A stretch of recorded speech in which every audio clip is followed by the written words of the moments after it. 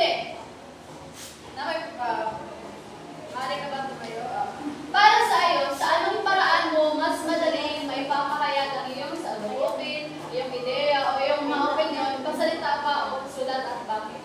Magkaiba yung pamamaraan ng pagsabi ko sa saloobin o aking nararamdaman sa pamilya at sa kaibigan at sa ibang tao. Dahil sa pamilya ay sa loob ng bahay namin, kailangan kung gusto kong sabihin, direksyon na huwag mo nang ibigay pa yung ignore sa akin, dapat direksyon mong sasabihin. Sa kaibigan ay maraming like gestures, like kanang pa, kaya anak, like kilig, ipakita din mo sa sir, di ba, hindi mo naman talaga sabihin na kilig ko, pero ipapakita mo yun sa pamaraan ng gesture, then sa ibang tao, gesture,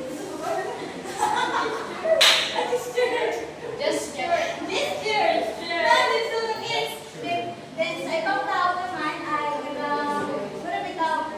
magiging formal ako sa pakikipag ko sa kaibigan. Hindi ako magamit ng mga kaibigan tao. Okay, maraming salamat. Dito naman tayo sa kabila, Binibining Loreto. Sa anong paraan mo mas madaling may papahayag ang iyong saloobin, yung idea o yung mga opinion? Sa pasalita ba o masulat at bakit? Sa'yo mas sayon, sa iyong muhay, sa kanang pagbibigay ng pagbuhat sa salubin ako is nakadepende ito ka. Halimbawa kung sa klase, gusto ko yung sulat ko lang yung nasa mga ideya ko dahil ganun mas na kuwan ako, mas ma-express na ko ako mga ideas yun. Kung sa maghatag ng mga advices, gusto na ko masalita. So, okay, maraming salamat. Ang aking mga katanungan na tinatanong sa inyo ay may connection sa aking tatalakayin sa araw na ito. At ito ay ang diskurso.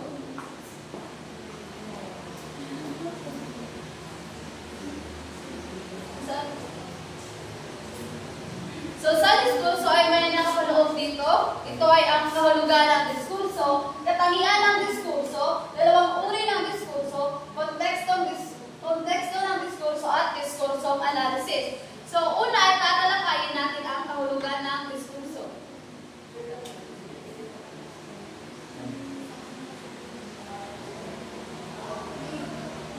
So, sa aking mga nasa isip to, maraming kahulugan ang lumabas kung ano nga ba ang diskurso. So, kumuha lang ako ng tatlo kasi para pareho lang naman sila ng mga ideya ng kanilang mga pinapahayagan kung ano ang about unsa ang diskurso. So, ayon sa diksyonaryo ni Leo James English, ito ay may kinalaman sa pagsasalita at pagtatalumpati.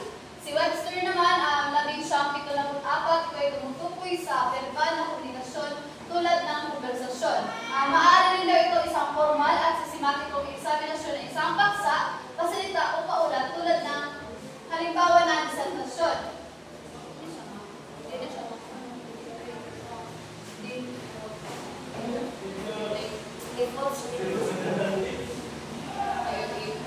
Sa diksyonaryo English, Filipino naman ito ay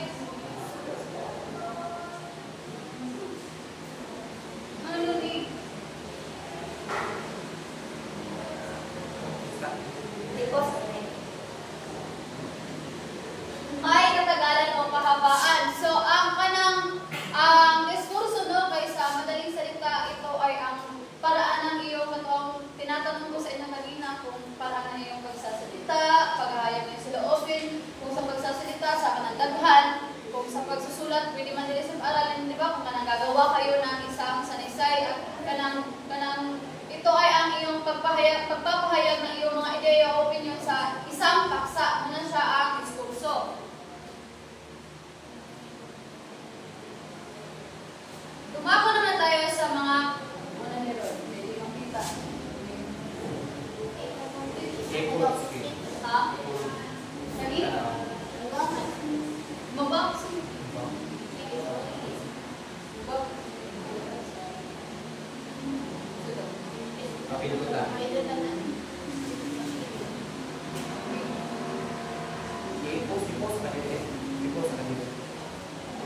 So, dumako tayo sa katangian ng diskurso. Una ay ang communicative competence. Ito ay tinutukoy ito ni Noam Chomsky bilang pragmatic competence o kahusayang paggramatiko. Tinatawag din minsan bilang social linguistic. Nangangailangan ng sensitivity sa dialect o registro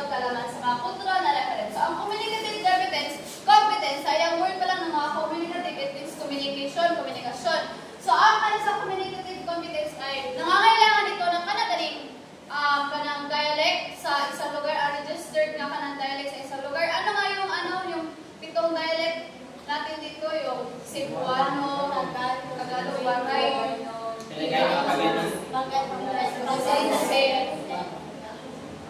so muna siya din sa communicative competence. At meron dalawang konseptong kaugnay ng communicative competence. Ito ay ang textual competence. Abilidad na umulat ng may question at organisasyon.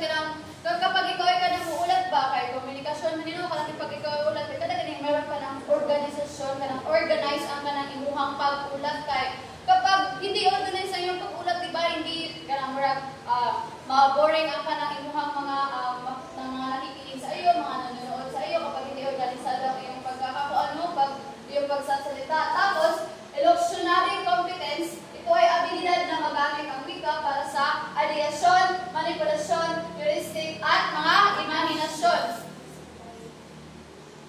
At ang sumunod naman na katangian ng diskurso ay ang linguistic competence. Ito ay ang mental grammar ng isang individual, ang di conscious na kaalaman sa sistema ng mga tuntunin ng wika. Tinatawag ito ni Bushman na grammatical competence na para sa kanya ay nagsasagot ng di conscious na kaalaman sa phonologiya, morphologiya, syntaxis. So, ang kaning linguistic competence, lingwano, kanang kuan gihapon ni kanang istorya gihapon ba sa kanang tubangan. Tapos, nakasagot dito kanang ganing wala kay kaalaman patungkol sa kaning mga phonologiya, kaning morphologiya, at kaning mga syntaxis. Muna siya sa linguistic competence.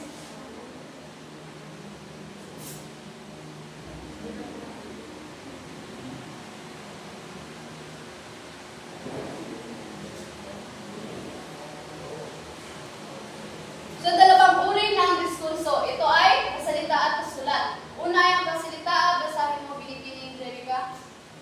Karaniwang magkaharap ang mga partisipanto kaya tungkol sa kahalagahan ng mga salitang sinasabi kung nagtutuunan din ng bawat kasapi ang ibang sapat ng komunikasyon tulad ng paraan ng pagbigkas, tono, diin, kilos, kumpas ng kamay, tinig, dinig, at iba pang salit ng pakikipagtalastasan na maaaring makapagpapabago sa kahulugan ng mensahe. So, para sa iyo, no, ang pasalita ba kay kanang ano ang kanang isang magandang halimbawa about aning pasalita?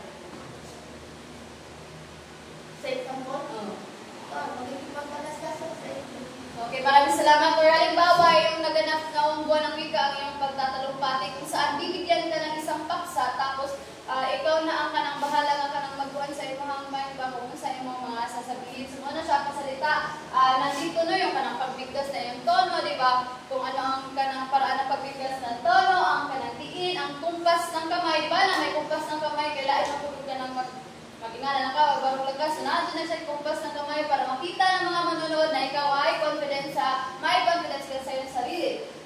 Tapos, maaari din itong makapagbabago sa kahulugan ng mensahe kaya kung halimbawa kung ari lang ta sa kada pasalita kung magkumpara tayo kana ganing sa chat lang kay di ba kay kung sa chat kay kasagaran mami-misinterpreta ng inyong mga kausap kay kanang example dito halimbawa dito ay kanang chat ninyo tapos kanang abi nimo nagalit siya pero hindi pala kanang ingana halimbawa ang ginako ani kay kanilang kuan kag sarili kanang meron isang sitwasyon na ma'am namin kag ipangutana sa iya tapos kanang ang daway na chat niya kay naging ha nya ingana ni reply nya nag-ask din ko niya nga kanang seryoso ba siya or unsa kay naunsa ba ni kay nahugoy ha nya para na ko makay kanang mura ginig nagyaga-yaga siguro ni siya ay para din sa iya kung naa sa ha okay ra na niya pero gani kanang plain lang yung chat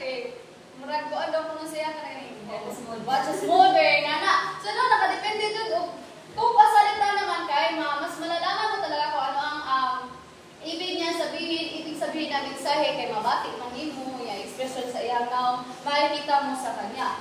Dumako naman tayo sa pasulat. Ginoo Kit, maaari mo bang basahin? Pasulat. Higit na pag-ingat ang sinasagawa sa isang maninulat. Kasagdaling ang mensahe na nakaloob sa isang sinulat na diskurso ay nakarating sa katanggap at ito'y kanyang nabasa. hindi na maaaring maguhit o manulat ang kanyang sinulat. So para sa iyo sa pasulat, ano ang magandang halimbawa nito? Pwede raw sa paaralan or sa paaralan.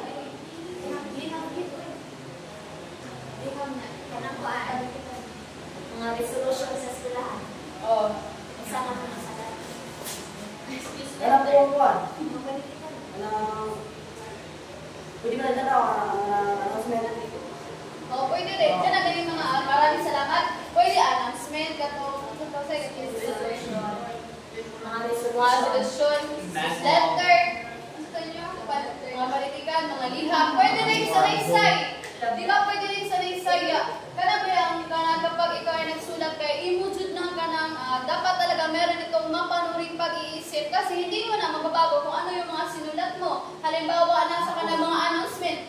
Kanang what if nasayop dahil yung pag-announcement dili mo ba parehas gani kanang dili lang sa pasulat maghatag ko example katong si Kathleen kato gani ni chat sa GC nga naanas ma'am unya walay question mark kanang walay question mark dali tanaw ba classmate kay abi nila naanas si ma'am so ingana gani dapat dito rin sa pasulat no kay kana gani inyo gani kanang unsa bitaw kanila kanang mga bantas ba na sila kanang mga period mga exclamatory dapat kanang magsulat gani mo butnan dili yung ingana kay halimbawa pod magsusulat kayo ng isang sanaysay. Dili ninyo kung nanong kama. Ang magbasa na itaw, maghagos kay itaw. Walay kama. Wala sila kay baba kung sa ba kay kanang pasulat na baya. So dapat, ang kuwan doon pasulat mo kay nasa siya mga bantas kay. Para galing makuan po sa mga magbabasa nga ingani na ipagbasa. Muna saan sa pasulat na dili na doon na din mo siya maaring baguhin. Katulad na lang, halimbawa no, sa politikan, yung gingon or katong kang Dr. Rizal, bato yan sinulat, what if na siya yung mga konato yan. Daghan ba yan? Marami ang nakakabasa ko yan, hindi lang isa, kung daghan doon nakakabasa ako. So, dapat talaga kung kayo ay nagsusulat, inyo dyan ang naon sa ninyo, ipasa.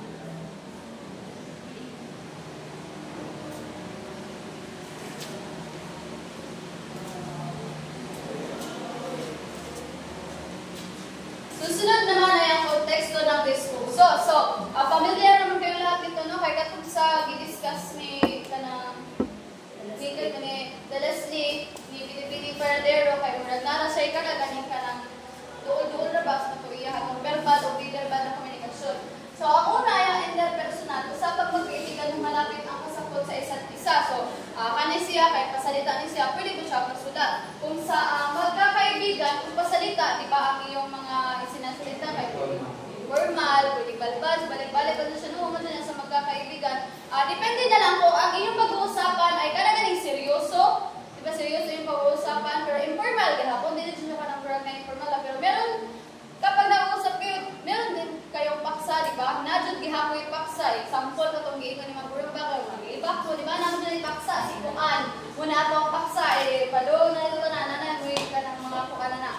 Then, sa pag-grupo naman, ang mga kasapi ay may ugnayan dahil bahagi sila ng iisang pakat tulad ng isang klase. So, kanang grupo, kanang sa usa klase. Di ba, kanang kita kay kanang naatay ka ng mura galing murag code or kasi tawag anak ka na galing murag ato kanang katong ato ang tawag katong best friend kanang nga kanang mugdaatay ato ang kanang murag sitaw murag same sa ato pang grupo pwede sa di sa pang grupo kanang kanang group of friends sa usa ka klase sila naman sila ilaha dapat sila ilahang paksa dahil sila paksa kay friends na sila o makasiliot-ot kanila dili ka sabot kay kuan niya sa pasulat. Maari din ito sa pasulat kay pwede ra pud sa kanang panchat, di ba? Kay chat man jud ato kasagaran karon kay hindi naman ngayon uso yung pagsusulat ng liham no sa chat naman jud. So muna siya sa pang-grupo. Sa pang-organisasyon naman, ang mga kasapi ay bahagi ng isang organisasyon o samahan tulad ng isang kumpanya sa pagitan ng pamunuan at ng mga empleyado. So kani pang-organisasyon kanang sa mga nagtrabaho ni siya naasa na sila kanang ilaha pong constitute sign ba to or dili consent ka ng murag ilaha registered nila nga ka ng kuan ba o jargons ka ng ilang naasa rin ka ng murag mga term ba ilaha na jud sa pang-organisasyon sa pasalita man o pasulat sa kung sa mga empleyado kung sa may halimbawa nito kay sa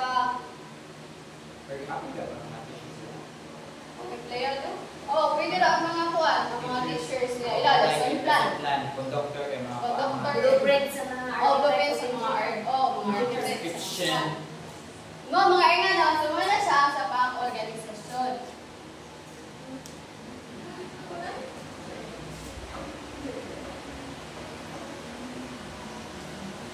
Susunod naman ay ang pag-asa. Sa harap ng malaking grupo ng tao tulad ng pangangapan niya. So, binibigyan na din para sa iyo.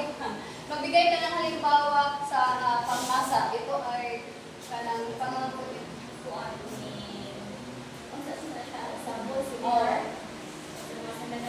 Seminars. Sige, maraming salamat. Kanang sa kuan po sa kanang mga paniya kanang mga kuan ba nagkadala ng presidente, kanang mga senators, kanang mga paniya sila manang pagmasa sa pantaghan nga tao kanang dapat po dili lang jud sa kasulat no nga dapat imo jung kanang kay mapuno rin pag-isip sa pagsasalita po gyud mga paniya ka o imo mga pang-istorya kay kanang Building ka. ba, dili kanang kuan, dili jud ka butalan sa mga kuan mga tao ay kung iwan man na siya sa pangmasa. Sa intercultural, ang mga kasapi ay nabibilang sa magkakaibang kultural na pagkat, so Philippines, ubaob, ano ang naiintindihan mo dito sa intercultural na konteksto ng diskusyon? So sa intercultural is, wala siya pinabito mga lari-lari o mga kultura na nagkausa. Sige, maraming salamat. So, dito sa intercultural, no, kanang kailangan din ito na kanaganing kanang maingat gani kay what lain-lain ba itong kultura din di ba dili sa Palumpon di ba nay mga waray yan ay mga taga Lagyo di ba nay mga taga asa mo taga Matag-Ob nay taga Kananga nay taga Isabel nay taga Merida di ba nay taga Palumpon tapos iba ang ating mga kultura so dapat kana meron tayong maingat no at mapag-iisip din dito kay kanang basig ang meron natin mga istorya sa ilang kapoy para gani murag makuat sila kay about sa ilang culture niya kanang murag kanang si Don kuan sa ilang part maka-open sa ilang part so man siya ang intercultural sa pangkasarian naman ang mga kasapi ay nabibilang sa isang partikular na masrihan tulad ng usapang lalaki so dili lang usapang lalaki usapang babae din sa pangkasarian dili pod di ba lalaki babae at LGBTQ kay na ato din sila giidud no ang sa panglalaki dahil ilaha napod sila kanang ilaha nga kanang pag-istorya sa babae pod ang meron ako kanang nakita no sa TikTok kanang naa dito kanang pove no kanang point of view kanang mag-act ang mga lalaki nga ang mga babae ang mo-comment sa comment section so ang mga lalaki ning comment dito ang kasagaran sa comment sa mga lalaki nga kanang ang sa kunoy kanang asa nimo na palit imong dress kanang asa nimo na palit imong makeup kanang mga ina na ba ang mga lalaki mo nag-act dito sa TikTok mga sila ang mga babae kung halimbawa ba sila kung sa kasagaran ng mga ibang storya sa mga babae niya dagan pa niya katupod na may point of view sa kanang mga lalaki nga kung unsa di kasagaran sa mga lalaki ang kasagaran ito nabutan kay kanang mandaw kanang lalaki nga kanang dili sugton kanang nga ba na nakabutan dito di ba na-joy ka ng mga kuan ba kada kasarian sa mga LGBTQ but kada pa nila kana ilang mga words kada mga bali-bali mga shortcut mo dun ay mga kakuanan sa LGBTQ no word dili lang daghan mo sila og mga ilang mga istorya so wala siya ang pagsarian.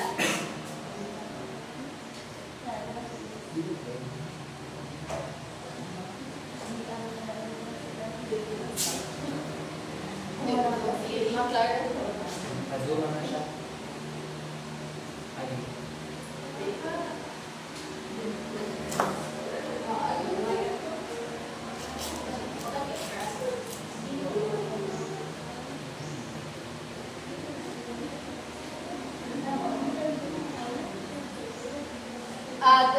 At ang panghuli ay ang diskursong analysis. Ang diskursong analysis o ang discourse analysis ay nagmamasid sa mga paraan ng makikipag-usap ng isa sa iba sa isang lipunan at ang mga salik na nakaka-impluwensya sa komunikasyong iyon. Dahil dito, isinaalang-alang din dito ang mga uri ng pag-aaral na nakasulat sa pasalita diskurso. So, muli siya, suwat ninyo ba? Kasulat na niya no, sa diskurso din yung mga pero muna ganig ka na na-icon space, o thesis ba? Thesis siya. Analysis thesis siya niya. Like ka na mas, ka na mga HDI size, no?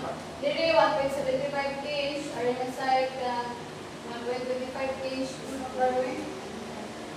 Niya 1.8 inch niya, 1.5 inch niya. Kasi format. O na-format ni pagsulat. Sa thesis mo yung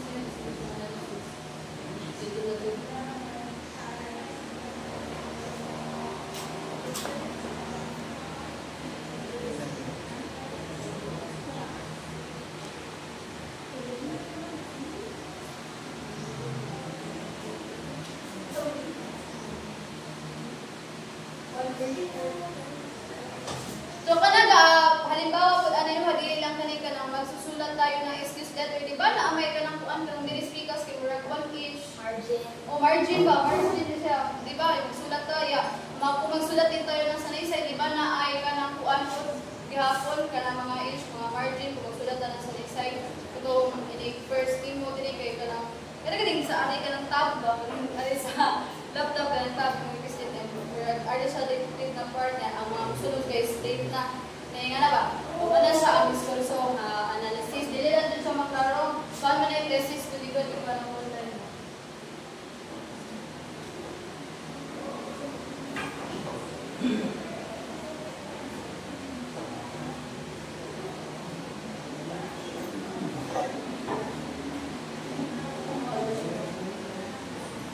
Kung ingani di ba ini magsugod na pud mo hilimbawa na nino kay sanay sa ila dito maka ako na himuno kana ini first no kay atong ingon na diri ang magsugod di ang mga musulod kay straight na diri tapos ini kanang sa katawan no magsugod ka diri ini straight na diri tapos kani murag paglahi na pud ka o kanang maglahi ka og topic pero sa katawan gihapon mag-start na pud ka dinhi tapos sulod na pud diri nga kanang murag ingani ba o ingani Detention ingani nga ini magnagyapon kay sulod nga kanang kuan topic pero sa nagyapon partner sa katawan ingani na pud saya padung na pud maging wala siya sa discussion Ang topic ana niya for application sa usa ka main topic niya. research kay sa thesis